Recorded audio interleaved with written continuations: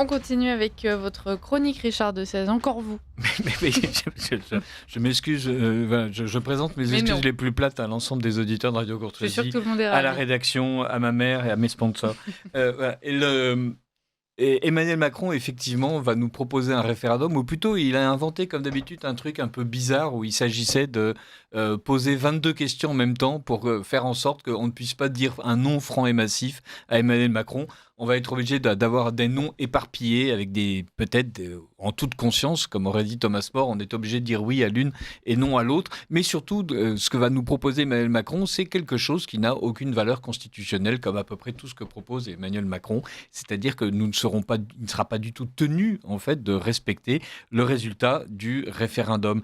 Et en fait, Emmanuel Macron se comporte comme il a l'habitude de critiquer les autres. Nous avons des grandes puissances du monde qui ont décidé de ne plus respecter le droit international et de ne plus vouloir la paix, dit l'homme qui a fracturé la société française comme personne. La souveraineté des peuples et l'intégrité territoriale deviennent contestées, dit l'homme qui est en train de peut-être brader la Nouvelle-Calédonie et qui a proposé déjà de faire en sorte qu'on co-préside une partie des îles éparses avec Madagascar, qu'on co-gouverne. Autrement dit, celui qui est sans doute en train de lourder les dom-toms nous parle d'intégrité territoriale, et celui qui, évidemment, était un chaud partisan du traité de Lisbonne dont on parlait tout à l'heure, nous parle de la souveraineté des peuples, souveraineté, évidemment, qui n'existe pas, surtout de la part de quelqu'un qui passe sa vie, en fait, à expliquer qu'il faut penser plus grand que la France, comme Jean-Noël Barrot, son âme damnée, qui passe sa vie à faire en sorte que l'Europe soit l'ultima ratio de toute la politique.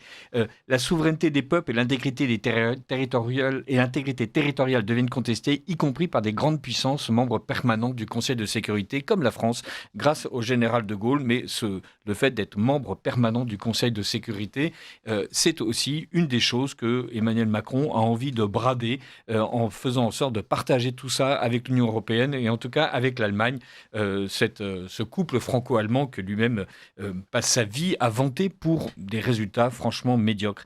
Et il le fait pourquoi ? Parce qu'il veut exister au-delà de lui-même.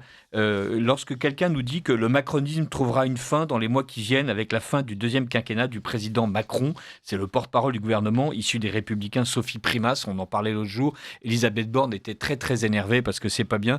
Il ne faut pas dire à Emmanuel Macron que bientôt il va finir.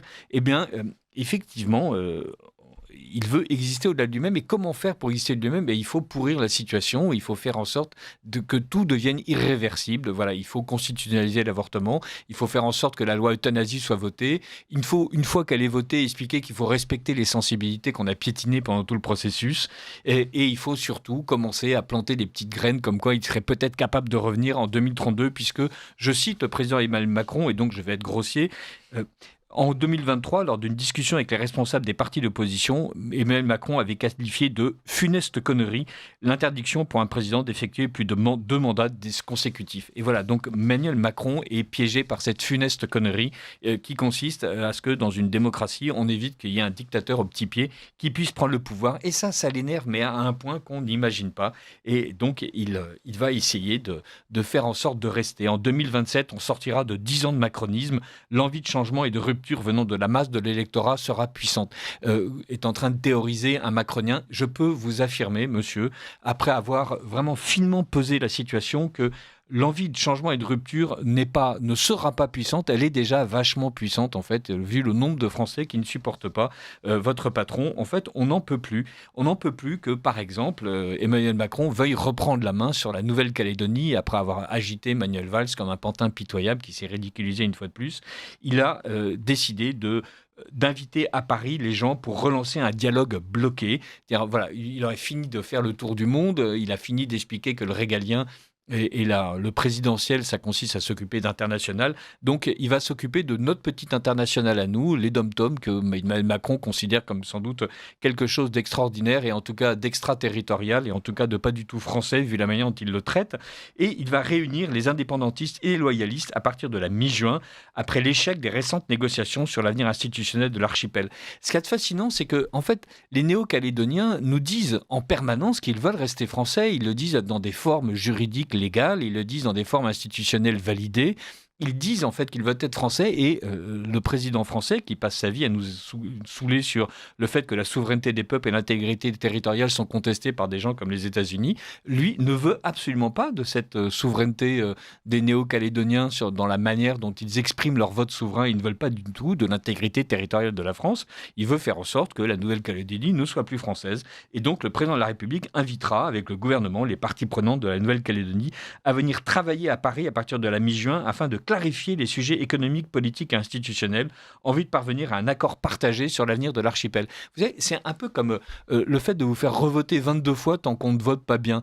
Je me souviens, quand j'étais à Dauphine, à l'époque où Malika Ousekine s'était fait tuer par les forces de l'ordre, qu'on avait eu une assemblée générale. Et donc, en assemblée générale, on a voté, revoté et re-revoté. En fait, on a voté jusqu'à ce qu'il n'y ait plus personne dans la salle, sauf ceux qui votaient pour la suspension des cours. Voilà. Et donc, peu à peu, tous ceux qui avaient voté 18 fois « je veux que les cours continuent », évidemment, à la 19e, ont compris et sont sortis de la salle. Et donc, on a pu démocratiquement expliquer qu'on allait suspendre les cours à Dauphine, puisque même les professeurs se succédaient à la tribune pour nous expliquer que nous votions mal. Et voilà. Donc, Macron, c'est un peu ça. Il explique que tout en respectant la souveraineté des peuples et l'intégrité du territoire, les Néo-Calédoniens votent mal et que lui va leur expliquer comment bien voter. Évidemment, quand une fois que Macron nous explique des choses, on est obligé de comprendre. On est obligé de comprendre. Et par exemple, là, il est en train de nous expliquer qu'il a une idée sur l'Indo-Pacifique qui est absolument géniale, alors qui consiste en partie, évidemment, à faire en sorte que les possessions françaises avec les zones maritimes exclusives soient évidemment très maltraitées par ses services et très maltraitées par la diplomatie inexistante qu'il a réussi à mener. Mais malgré tout, il veut devenir un partenaire important vis-à-vis de l'Indonésie, vis-à-vis du Vietnam. Alors, le Vietnam, soyons francs, en fait, on ne pèse rigoureusement rien dans le PIB du Vietnam. Voilà, Hanoï entend devenir un pays développé d'ici 2045 sous l'impulsion géniale du président, du secrétaire général du Parti communiste To Lam. Mais la place de la France dans le Vietnam est absolument dérisoire. Le gros partenaire économique du Vietnam, ce sont les États-Unis. Et du coup, il part du Vietnam et il va en Indonésie, toujours pour expliquer qu'il a un projet Indo-Pacifique. Et ça tombe bien, aux dernières nouvelles, il y avait des Rafales qui avaient été achetés par l'Indonésie. Mais là, les Indonésiens ont envie d'acheter 42 avions de chasse J-10 à la Chine. C'est fascinant. Chaque fois que Macron se déplace, en fait, c'est un échec. Non seulement il se prend des baffes de la part de sa femme, mais en plus, il se prend des petites baffes diplomatiques au fur et à mesure. Hanoï, en fait, va bientôt lui expliquer que 7 milliards, bien sûr, c'est très bien. Et nous, en France, on dit « Oh, 7 milliards, c'est génial ». Alors, rappelons le poids de la dette, 3200 milliards. Donc, voilà, comparons les 7 milliards d'Airbus aux 3200 milliards de dettes.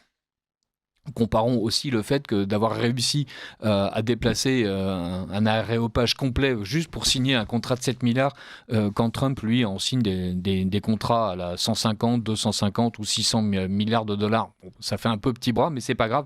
On va laisser Macron se satisfaire de ces 7 milliards et la presse applaudir ces 7 milliards. Mais à côté de ça, voilà, l'Indonésie choisit les Rafales. Hanoï ne choisira pas la France.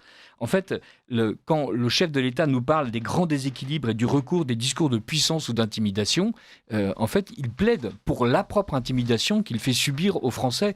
Il plaide pour la manière dont il veut, lui, instituer le grand déséquilibre de cet extrême centre qui entend régenter la vie française alors que les Français n'en veulent plus. Il entend perpétuer son système d'intimidation à lui, son système d'oppression à lui, qui consiste à refuser d'entendre les Français sur les véritables choix. Il va nous coller ces référendums un peu minables sur des questions dont on ignore tout. Ça fait des années qu'il nous en parle, ça fait des mois qu'il nous tient en haleine, ça fait des semaines que les éditorialistes nous en parlent. Mais pourquoi ? Est-ce qu'on va avoir un référendum sur l'immigration ? Est-ce qu'on va faire en sorte que la France redevienne souveraine ? Est-ce qu'on va faire en sorte d'instituer des choses plus intelligentes ? Non, pas du tout. Et si Macron bouge, c'est uniquement parce que l'Allemagne lui lâche la bride. Par exemple, dans une offensive coordonnée avec le patronat, comme dit l'Humanité, les entreprises et les dirigeants libéraux, le président français a réclamé la suspension de la directive européenne sur le devoir de vigilance. Effectivement, c'était un paquet de plus au nom de la RSE qu'on allait nous coller. Mais si cette directive, qui est appliquée en France de manière anticipée depuis 2017, est remise en cause par Macron en 2025, c'est uniquement parce que Merz a expliqué qu'il n'en avait pas besoin. Ce n'est pas Macron qui fait en sorte de faire évoluer l'Europe. C'est l'Allemagne qui est le véritable maître de l'Europe, avec Ursula von der Leyen et tous ceux qui l'ont précédé, qui expliquent à la France ce qu'il doit faire. Et Macron qui prétend, en s'agitant, réussir, lui, à instituer quelque chose en Europe. Voilà. Une fois de plus, vous me pardonnerez de ne pas avoir été excessivement drôle, puisque j'ai parlé de Macron, mais d'être excessivement énervé, puisque j'ai parlé de Macron. On vous le pardonne bien volontiers. Merci Richard.